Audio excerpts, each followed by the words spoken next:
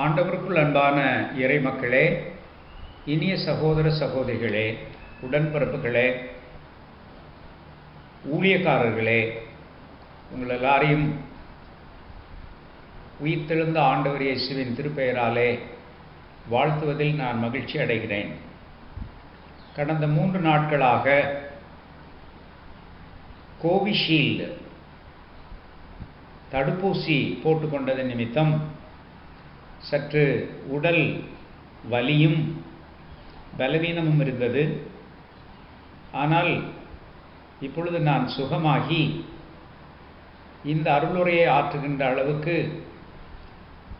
ஆண்டவர் உடல் நலத்தை தந்திருக்கிறார். இந்த உடல் வலி பலவீனம் என்பது எல்லாருக்கும் ஏற்படக்கூடியதல்ல.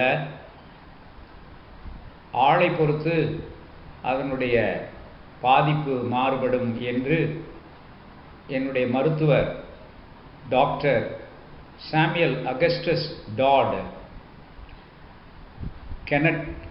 கிரேஸ் கென்னட் ஆஸ்பத்திரியினுடைய மருத்துவர் சொன்னார். ஆகினாலே நீங்கள் எல்லாரும் ஒன்று கோவாக்சினோ அல்லது கோவிஷீல்டோ ஏதாவது ஒரு தடுப்பூசியை போட்டுக்கொள்ளும்படி உங்களை அன்பாக நான் வேண்டிக் கொள்கிறேன். எனக்காகவும் ஜெபம் செய்யும்படி வேண்டிக் கொள்ளும்படி உங்களை அன்பாக நான் கேட்கிறேன். இந்த அருளுரை அல்லது இந்த தியானம் 2021 வருஷம் ஏப்ரல் மாதம் 18ஆம் தேதி, அதாவது நாளை மறுநாள், இன்று வெள்ளிக்கிழமை இந்த ரெக்கார்டிங் நடைபெறுகிறது. இந்த ஏப்ரல் மாதம் 18ஆம் தேதிக்காக இந்த அருளுரை உங்களை வந்தடைய இருக்கிறது. ஆண்டவர் உங்கள் எல்லாரையும் ஆசீர்வதிக்க வேண்டும் என்று நான் வேண்டிக் கொள்கிறேன். இந்த அருளுரையின் வழியாக உங்கள் எல்லாருக்கும் பயன் கிடைக்க வேண்டும் என்று நான் மன்றாடுகிறேன். இந்த ஏப்ரல் 18ஆம் தேதி 2021 வருஷத்திற்கு கொடுக்கப்பட்டிருக்கின்ற 3 திருமறை பாடங்கள். முதலாவது பாடம் ரூத் 2வது அதிகாரம் 1 முதல் 18 வாக்கியங்கள். இரண்டாவதாக திருத்தூதுவர் பணிகள் 9வது அதிகாரம் 36 முதல் 43 வாக்கியங்கள். மூன்றாவதாக 4ஆம் நற்செய்தி நூல் 21வது அதிகாரம் 1 முதல் 14 வாக்கியங்கள். அவற்றை ஒவ்வொன்றாக தியானித்து நாம் இந்த அருளுரையிலே கலந்து கொள்ளும்படி உங்களை அன்பாக நான் அழைக்கிறேன். முதலாவதாக ரூத் 2வது அதிகாரம் 1 முதல் 18 வாக்கியங்கள். அதுக்கு முன்னால் ஒன்று சொல்ல மறந்துவிட்டேன். இந்த நாளுக்குரிய தலைப்பு identifying the risen Lord in the work place. I repeat, identifying the risen Lord in the work place. அதை தமிழிலே இப்படி மொழிபெயர்த்திருக்கிறேன்: அன்றாட அலுவலில் உயிர்த்த ஆண்டவரை அடையாளம் காணுதல். அன்றாட அலுவலில் உயிர்த்த ஆண்டவரை அடையாளம் காணுதல். இப்பொழுது நாம் அந்த முதலாவது திருமறை பகுதிக்கு செல்வோம். அது ரூத் 2வது அதிகாரம் 1 முதல் 18 வாக்கியங்கள். இந்த பகுதியிலே இந்த பகுதி மிக அழகாக அமைந்திருக்கிறது. இதன் அழகை நீங்கள் நான் எழுதியிருக்கிற ரூத் நூலை மனித உரிமை பார்வையில் மறுபடிப்பு செய்தல் என்ற ஒரு சிறிய நூலில் படித்து மகிழலாம். இல்லாதவர்கள் எனக்கு தொலைபேசியின் மூலம் தொடர்பு கொள்ளுங்கள் அல்லது எனக்கு எழுதுங்கள், நான் உங்களுக்கு அனுப்பி வைக்கிறேன். இந்த பகுதிக்கு நான் கொடுத்திருக்கிற தலைப்பு இந்த நாளுக்காக Ruth finds favour from God in her work of gleaning. Ruth finds favor from God in her workplace. Ruth தனது கதிர் பொறுக்கும் பணியிலே கடவுளின் அருளை கண்டடைகிறார். நண்பர்களே, உங்களுக்கெல்லாம் தெரியும், ரூத் செய்த வேலை ஒரு மரியாதைக்குரிய வேலை அல்ல. It was not a respectful job. but a menial job equal to begging. பிச்சை எடுக்கிற தொழில் போன்ற ஒரு தொழில் அது. அப்படிப்பட்ட பிச்சை எடுக்கிற தொழில் போன்ற ஒரு தொழிலிலே ஆண்டவர் அவரை சந்திக்கிறார். ஆண்டவர் ரூத்தை சந்திக்கிறார்.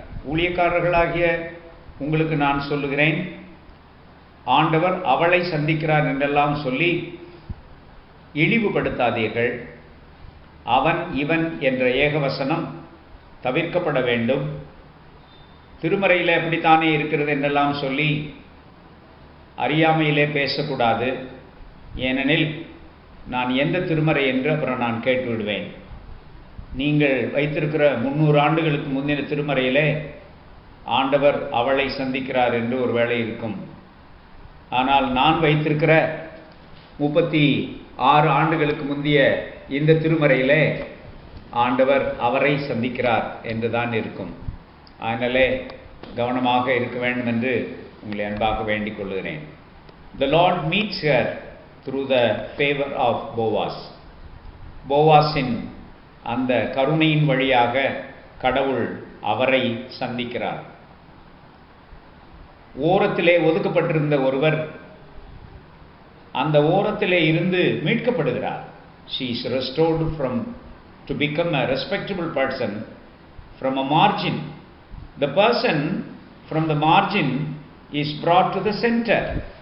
உங்களுக்கு தெரிகிறதா? அது ஓரத்திலே இருந்த ஒருவர், நான் வேடிக்கையாக சொல்லுவேன், நடுமத்தி சென்டருக்கு கொண்டு வரப்படுகிறார்.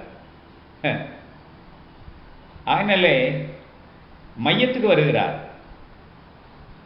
இது இன்றைக்கு இந்தியாவில் மட்டுமல்ல உலகெங்கிலும் இருக்கிற millions and millions of poor பீப்புளுக்கு பொருந்தும்.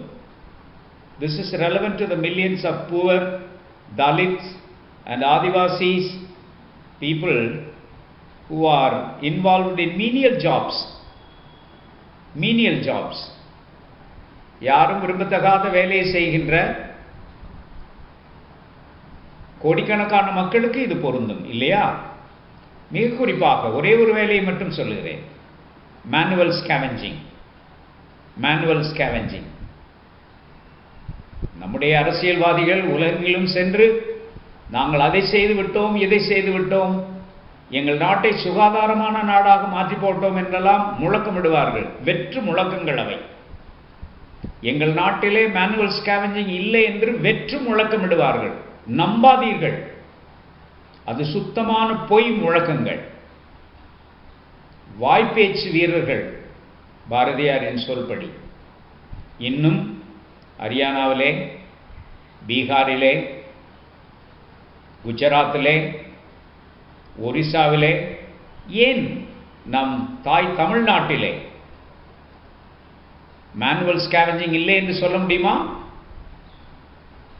மார்தட்டி சொல்லுங்கள் பார்க்கலாம். அந்த மலக்குழிக்குள்ளே இறங்கி அதிலிருந்து வெளியே வருவதற்கு முன்னால் செத்து போகிறவர்கள் எத்தனை பேர்? அந்த மலக்குழிக்குள்ளே இறங்கி அந்த அடைப்பை எடுத்துவிட்டு வெளியே வரும்போது மலமெல்லாம் தலையிலே தேங்கி நிற்கிறதே. அந்த வாசனை, அந்த துர்நாற்றத்தை கண்டு ஓடி ஒதுங்குகின்ற இருசக்கர வாகனங்களை நான் பார்த்திருக்கிறேன். அப்படிப்பட்ட சூழல்களிலே நான் பயணம் செய்யும்போது, இருசக்கர வாகனத்திலே பயணம் செய்யும்போது, ஆண்டவா இந்த அடியார்களை காப்பாற்றும், ஆண்டவா இந்த வேலையை அவர்கள் விரும்பி செய்யவில்லை என்று ஜெபித்துக் கொண்டே நான் என்னுடைய இருசக்கர வாகனத்தை ஓட்டிக்கொண்டு போவேன். ஏனெனில் எல்லா வேலைகளும் கடவுளால் கொடுக்கப்பட்ட வேலைகள் இல்லை நண்பர்களே. நான் திரும்ப சொல்லுகிறேன் ஆங்கிலத்திலே, it is not true to say that all jobs are God given. மக்களுடைய விடுதலைக்காக பாடுபடுகிற சில வேலைகளை கடவுள் தந்திருக்கிறார் என்று நான் சொல்லுவேன். அதில் எனக்கு சந்தேகமில்லை. மக்களுடைய விடுதலைக்காக பாடுபடுகிற சில வேலைகளை கடவுள் தந்திருக்கிறார். மற்றபடி எல்லா வேலைகளும் கடவுள் தந்திருக்கிற வேலைகள் அல்ல. குறிப்பாக மேனுவல் ஸ்கேவெஞ்சிங் கடவுள் தரும் வேலைகள். ஆனால் நம் நாட்டினுடைய ஒரு பெரிய அரசியல்வாதி, மிகப்பெரிய அரசியல்வாதி. அவர்கள் அந்த மேனுவல் ஸ்கேவெஞ்சிங் செய்கிறபடியினாலே அடுத்த ஜென்மத்தில் அவர்களுக்கு மோட்சம் கிடைக்குமாம். அவர்கள் ஆவிக்குரிய வேலை செய்கிறார்களாம். மிகப்பெரிய அரசியல்வாதி பேசின பேச்சு. யார் என்று உங்களில் பலருக்கு தெரியும். ஆகையினாலே அந்த பெயரை சொல்ல நான் விரும்பவில்லை. எனவேதான் அவர்களிடத்திலே நான் பேசும்போது அவர்கள் சொல்லுகிறார்கள், நாங்கள் தான் இந்த கேவலமான வேலையை செய்கிறோம், எங்கள் பிள்ளைகளாவது படித்து இந்த இழிநிலையிலிருந்து வெளியே வரட்டும் என்று சொல்ல நான் கேட்டிருக்கிறேன். ஆனால் ஒரு எச்சரிக்கை, அவர்கள் அப்படி விரும்பும்போது இந்த நாட்டின் யூனியன் கவர்மெண்ட், சென்ட்ரல் கவர்மெண்ட் இப்பொழுது அண்மையிலே கொண்டு வந்திருக்கிற நியூ எஜுகேஷன் பாலிசி, அது குலத்தொழிலை முக்கியப்படுத்துகிற ஒன்றாக இருக்கிறது அல்லவா? இல்லை என்று சொல்வீர்களா? The danger of the new education policy of the union government is that it encourages caste-based jobs. குலத்தொழில். காலையெல்லாம் பள்ளியில் படிப்பார்களாம், மாலையெல்லாம் தங்களுடைய குலத்தின் தொழிலை செய்வதிலே அவர்கள் தொழில் கல்வியை கற்றுக்கொள்வார்களாம். எவ்வளவு ஏமாற்று வேலை! We live in an evil society which respects people according to their jobs. We live in an evil society which respects people according to their job. நிச்சயமாக நிச்சயமாக கடவுள் அதை அனுமதிக்கவே இல்லை. நம்முடைய ஆண்டவராகிய இயேசுவுக்கு நன்றி, அவர் அப்படிப்பட்ட மக்களோடு தான் வாழ்ந்தார். மீன்பிடிப்போர், ஆடு மேய்ப்போர், மறுக்கப்பட்ட தொழில் செய்வோர், ஏளனம் செய்யப்பட்ட தொழில் செய்வோர், இவர்கள் எல்லாரையும் ஒரு இயக்கமாக கட்டி எழுப்பினார். அவர்களுடைய விடுதலைக்காக பாடுபட்டார். அவர்களை அவமானப்படுத்தியோரை கேள்வி கேட்டார். ஆகினாலே நான் முதலாவது குறிப்பை முடிக்கிறேன். நண்பர்களே, நாம் இப்பொழுது இரண்டாவது குறிப்புக்கு போகிறோம். முதலாவது குறிப்பிலே ரூத் நூலில் இருந்து நாம் பார்த்தோம், ரூத் தனது கதிர் பொறுக்கும் பணியில் கடவுளின் அருளை கண்டார் என்று. இரண்டாவது குறிப்பிலே Acts of the Apostles 9th chapter 36 to 43 Dorcas finds favor from God in her work of sewing. தொர்க்கா தனது தையல் பணியிலே ஆண்டவரின் அருளை கண்டார். தொர்க்கா தனது தையல் பணியிலே ஆண்டவரின் அருளை கண்டார். என்ன அருமையான, நாம் எப்பொழுதுமே சொல்லுகிறபடி திரும்பவும் சொல்லுகிறேன், நம்முடைய தென்னிந்திய திருச்சபையினுடைய லிட்டர்ஜி கமிட்டிக்கு நான் ரொம்ப நன்றி உள்ளவர்களாக இருக்க வேண்டும். எவ்வளவு ஆவிக்குரிய முதிர்ச்சியோடு அல்லது ஆண்டவரின் ஆவியை பெற்று நல்ல டெக்ஸ்ட், நல்ல வேத பாடங்களை நமக்கு தந்திருக்கிறார்கள் என்பது ரொம்ப ரொம்ப முக்கியமானது. சிலர் சொல்லுவார்கள், நம்மை கேவலப்படுத்துகிறவர்கள், நம்மை ஏளனப்படுத்துகிறவர்கள், இவர்களுக்கு ஆவியே கிடையாது, ஜீவனும் கிடையாது, இவர்கள் தங்களுக்கு கொடுக்கப்பட்ட அந்த திருமறை பகுதியைத்தான் இவர்கள் விளக்கி சொல்லுவார்கள், தாங்களாக இவர்கள் ஆவியினாலே ஏவப்பட்டு திருமறை பகுதியை தெரிந்தெடுக்க மாட்டார்கள் என்று நம்மை குறைப்பட்டு கொள்ளுகிறவர்கள், தங்களை ஆவிக்குரிய திருச்சபையினர் என்று சொல்லுகிறவர்கள் சொல்லுகிறதை நான் கேட்டிருக்கிறேன். ஆனால் எனக்கு அன்பானவர்களே, ஒரு தலைப்பை தெரிந்து கொண்டு அந்த தலைப்புக்கு ஏற்றாற்போல பழைய ஏற்பாடு, நிருபங்கள், நற்செய்தி நூல்கள் என்று 3 திருமறை பாடங்களை தெரிந்து கொண்டு அந்த 3 பாடங்களும் அந்த தலைப்புக்கு ஏற்புடையவைகளாக கண்டுபிடித்து கொடுப்பது ஆவியான ஒரு வேலை இல்லையா? இதை குறை சொல்வது ஏமாற்று வேலை இல்லையா? அப்படியானால் ஆவியானவருடைய துணை இல்லாமல் இவ்வளவு நேரம் நான் ரூத் நூலை பற்றி பேசிக் கொண்டிருந்தேனா? இதையெல்லாம் நீங்கள் கவனிக்க வேண்டும். தென்னிந்திய திருச்சபை சேர்ந்தவர்கள், லூத்தரன் திருச்சபையை சேர்ந்தவர்கள், எஸ்டாப்ளிஷ்டு சர்ச்சை சேர்ந்தவர்கள் அதைரிய போட்டு கலங்கி போக வேண்டும் என்ற அவசியம் இல்லை. கவனமாக இருக்க வேண்டும் என்று உங்களை ஆற்றல்படுத்துகிறேன். இங்கே தொர்க்கா தனது தையல் பணியிலே ஆண்டவரின் அருளை காண்கிறார். தொர்க்கா தான் வாழ்ந்த சமூகத்துக்கு அவருடைய தையல் பணியின் மூலமாக, அன்றாட அலுவல் மூலமாக நல்ல பணியை செய்தவர்கள், ஊழியத்தை செய்தவர்கள். டார்காஸ் was serving the community by her daily work of tailoring, இல்லையா? ஆகினாலே தொர்க்கா இறந்து விடுகிறார். அவரை ஆண்டவருடைய அருளாலே அவர் உயிரோடு எழுப்பப்படுகிறார், இல்லையா? பேதுருவின் வழியாக ஆண்டவருடைய அருளாலே அவர் உயிரோடு எழுப்பப்படுகிறார். ஆனால் நான் எழுதியிருக்கிறேன், it was not only that Dorcas was raised from the dead, but it was the whole community of believers that benefited from her daily work, and it is a community resurrection. It was not only an individual resurrection, it was a community resurrection. Yes, இதுதான் ஆண்டவராகிய இயேசுவின் உயிர்த்தெழுதலில் நடந்தது என்று போன வாரம் நான் உங்களுக்கு சொன்னேன். போன வாரம் உங்களுக்கு சொன்னது ஞாபகம் இருக்கிறதா? அது வெறும் தனி மனித உயிர்த்தெழுதல் மட்டுமல்ல, அது சமூக உயிர்த்தெழுதல்.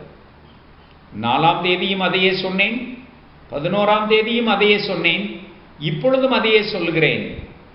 ஒரு சமூக உயிர்த்தெழுதல் இந்த மண்ணிலே நடந்தே தீர வேண்டும். குறிப்பாக இந்திய மண்ணிலே நடந்தே தீர வேண்டும். அது மாத்திரமல்ல நண்பர்களே, இன்னொரு துணை குறிப்பும் சொல்ல வேண்டும். 2வது பகுதியை முடிப்பதற்கு முன்னால், இங்கே டார்காஸ் செய்தது, தொர்க்கா செய்தது பெரிய பணக்காரத்தனமான வேலை அல்ல.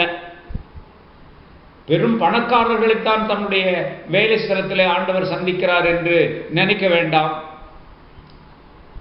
5 மாடி கட்டிடம் கட்டி 4 மாடிகளிலே வேலையை நடத்தி கொண்டு 5வது மாடியிலே பெரியவர் இருப்பார், மேனேஜிங் டைரக்டர் இருப்பார். அவருடைய அறைக்கு போவதென்பது மிகவும் எளியது அல்ல. அங்குதான் ஆண்டவர் அவரை சந்திப்பார் என்று நினைக்கிற போங்கு இருக்கிறது. இல்லை, சாதாரண வேலை செய்தவர் நம்முடைய தொர்க்கா. அதுவும் தையல் வேலை, அதுவும் சாதாரணமாக கருதப்படுகிற வேலைதான்.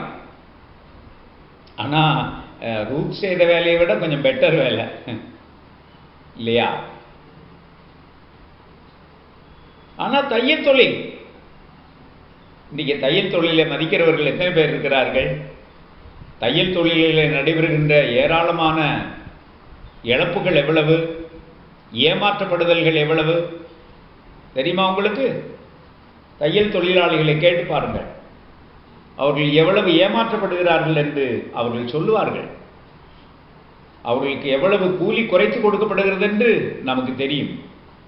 ஆனால் இங்கே சுயமாக ஒரு தையல் தொழிலை நடத்தி சமூகத்தை பாதுகாத்து கொண்டிருந்தவர் ஆண்டவரின் அருளை கண்டடைகிறார்.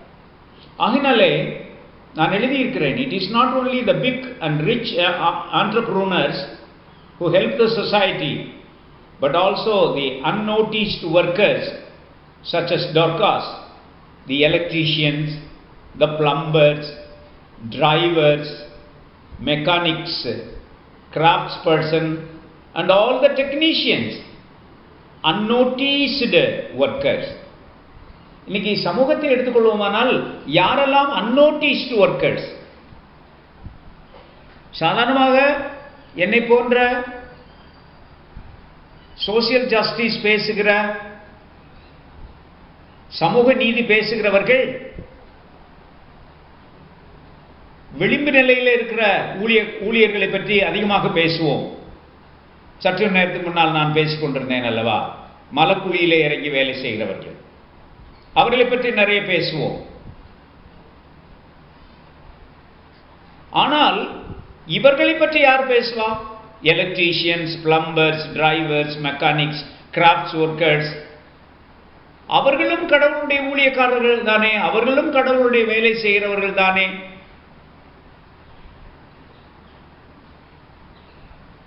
அவர்களுடைய வேதனைகளை கடவுள் எப்படி அவரை சந்திக்க முடியும் என்பதெல்லாம் நாம் கட்டாயமாக பேச வேண்டிய விஷயங்கள்.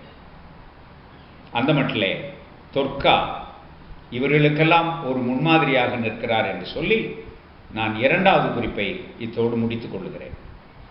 இப்பொழுது நான் மூன்றாவது குறிப்புக்கு போகிறேன்.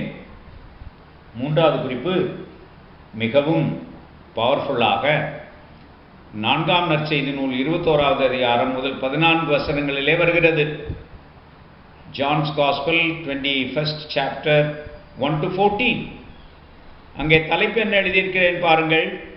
The disciples find favor from the risen Lord in their work of fishing. மீன்பிடி தொழில் செய்யும் போது ஆண்டவரின் அருளை கண்டடைகிற சீடர்கள் அவர்களுடைய வேலை தளத்திலே தான் ஆண்டவர் அவர்களை சந்திக்கிறார். நண்பர்களே, சாப்பிடுவதற்கு ஏதாவது இருக்கிறதா என்று கேட்கிறார். கலிலேயா கடற்கரையில், நண்பர்களே சாப்பிடுவதற்கு ஏதாவது இருக்கிறதா, மீன் பிடித்து வைத்திருக்கிறீர்களா என்று கேட்கிற ஆண்டவர். சீடர்கள் தங்களது மீன்பிடிக்கும் பணியிலே ஆண்டவரின் அருளை காண்கிறார்கள். As I already told you in my first point, fishing was also one of the despised trades in the 1st century CE. பொது ஊழி 1ஆம் நூற்றாண்டில் மீன்பிடிக்கும் தொழிலும் கேவலப்படுத்தப்பட்ட தொழில்களிலே ஒன்று. அப்படிப்பட்ட தொழில் செய்யும் போது ஆண்டவர் அவர்களை சந்திக்கிறார். The Lord meets them in their workplace. Therefore, my dear friends, it is not only in the temple, mosque, church that we meet God, but also in our daily workplace. அதனாலே தான் சில நிறுவனங்களிலே எழுதி போட்டிருப்பதை நான் பார்த்திருக்கிறேன். தொழுகை செய்யும் இடம் அல்லது இறைவேண்டல் செய்யும் இடம் ஆலயம் மட்டுமல்ல, கடவுளை காணும் இடம் ஆலயம் மட்டுமல்ல, பக்திக்குரிய இடம் ஆலயம் மட்டுமல்ல, நாம் பணி செய்யும் இடமும் கூடத்தானே. பக்திக்குரிய இடம் ஆலயம் மட்டுமல்ல, நாம் பணி செய்யும் இடமும் கூடத்தானே. என்ன அருமையான ஸ்டேட்மெண்ட்! ஒரு அருமையான பாடல் ஒன்று அதை வருகிற ஞாயிற்றுக்கிழமை என்னுடைய திருச்சபையிலே பயன்படுத்த வேண்டும் என்று விரும்புகிறேன். Worship the Lord, worship the Father, the Spirit the Son. அந்த பாடலுடைய கடைசியிலே worship and work must be one. Worship and work must be one. வேலையும் இறைவேண்டலும் அல்லது ஆராதனையும் ஒன்றாக இருக்க வேண்டும். The Lord meets us in unexpected places and in unexpected ways. ஆண்டவர் நம்மை எதிர்பாராத இடங்களிலே சந்திக்கிறார், எதிர்பாராத முறைகளிலே சந்திக்கிறார். அதில் என்ன வேடிக்கைன்னா, இந்த எதிர்பாராத இடம்ன்றதுக்கு நான் ஒரு நகைச்சுவையாக ஒன்று சொல்லுவேன். நம்மால் பேதுரு எப்படி மீன் பிடிச்சிக்கிட்டு இருந்தாருன்னு உங்களுக்கு தெரியுமா? அங்கே அந்த டெக்ஸ்ட்டை வாசிங்கன்னு சொன்னால், கடற்கரையில் நிற்கிற ஒரு ஆண்டவர் தான் என்பதை அறிந்து பேதுரு ஆடை இல்லாதிருந்தபடினாலே தன்னுடைய துண்டை கட்டிக்கொண்டு கடலில் குதித்தார் என்று இருக்கிறது. அது அவர்களுடைய வேலைத்தலம். அதை குறை சொல்வதற்கு நாம் யார்? வேலைத்தலத்திலே அவர்கள் அப்படி இருக்கிறார்கள். ஆனா அந்த இடத்திலையும் ஆண்டவர் அவர்களை சந்திக்கிறார். இதுதான் உண்மை. வேலைத்தலத்திலே சந்திக்கிற ஆண்டவர் அன்எக்ஸ்பெக்டட் வைஸ். யார் மூலமாக சந்திக்க மாட்டார் என்று நீ நினைக்கிறாயோ அவர்கள் மூலமாக உன்னை சந்திப்பார்.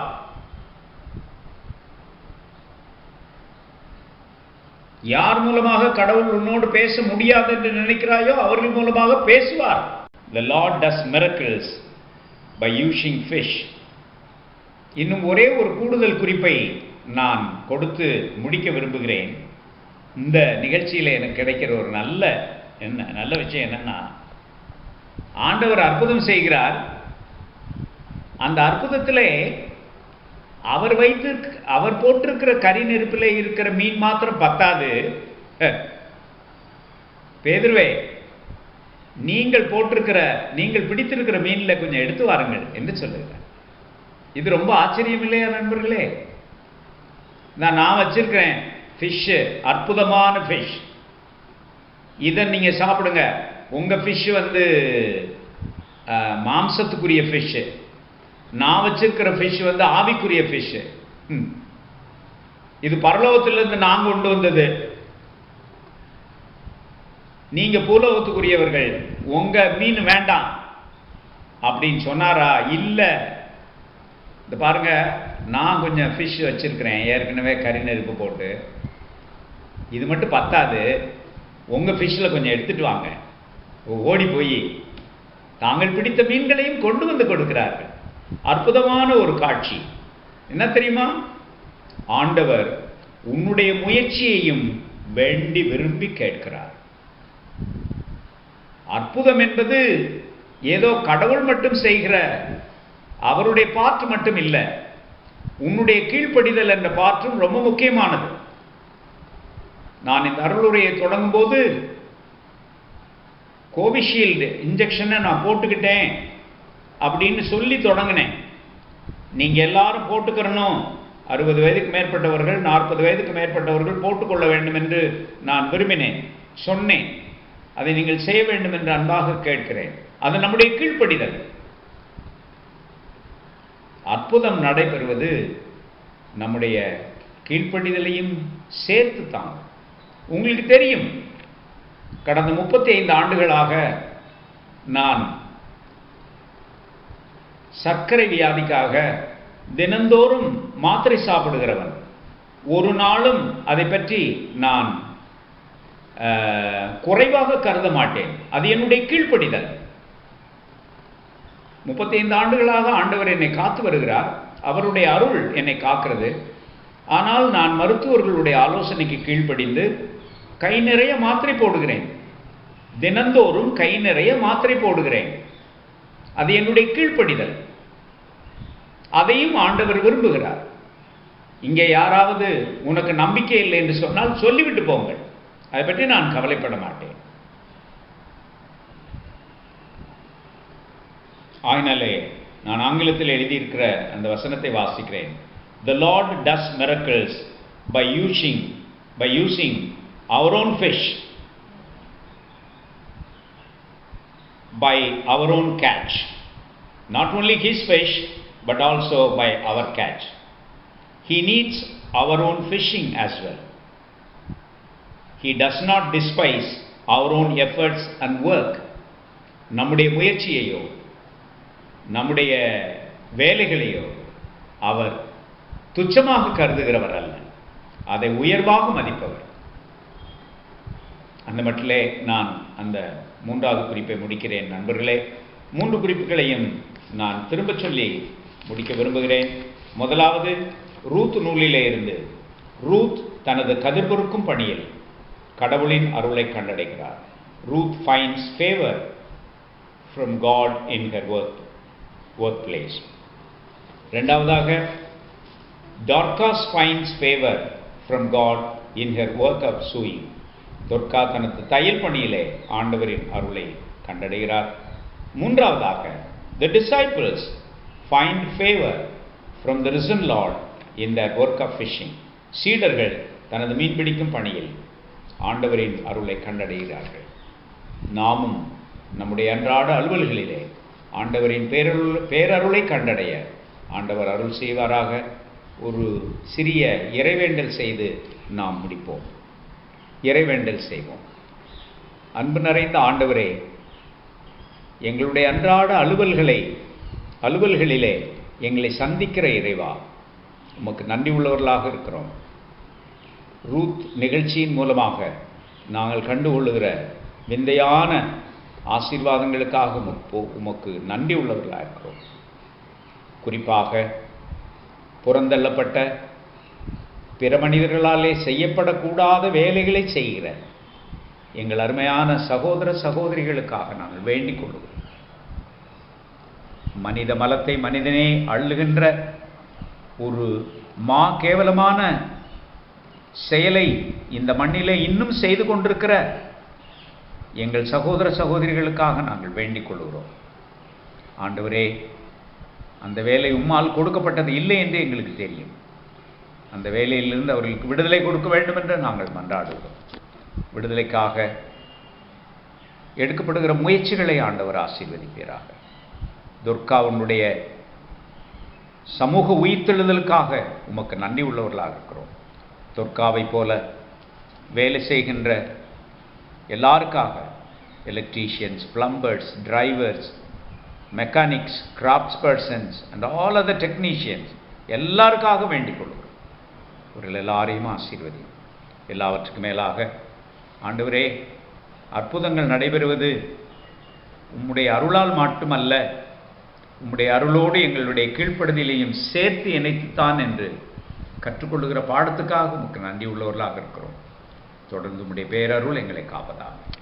இயேசு ஆண்டவருடைய திருப்பெயரில் தாழ்மையோடு வேண்டிக் கொள்கிறோம். இரக்கமுள்ள ஆண்டவரே, ஆமென்.